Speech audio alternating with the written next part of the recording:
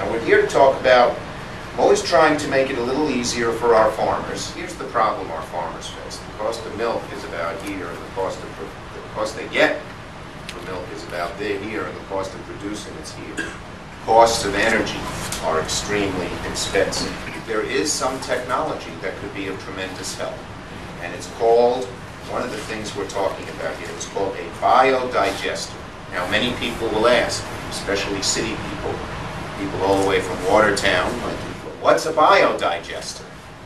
Well, here's what it is. Basically, it would turn animal waste into cold cash. Let's say we have the Jones family right here in Lewis County, and they own a farm.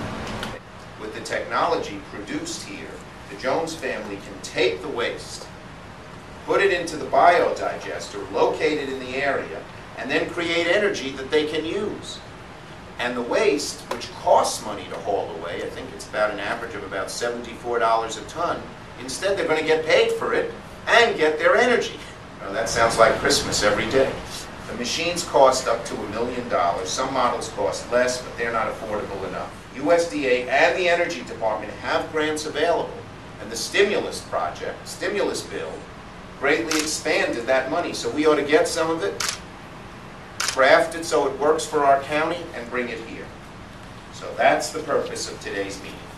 So I thank all of you. This is a great county with so much to offer, and the people are just fine people. I'm really excited about the prospects. That's why I was willing to support in any way possible, including with the financial help that we were able to obtain initially.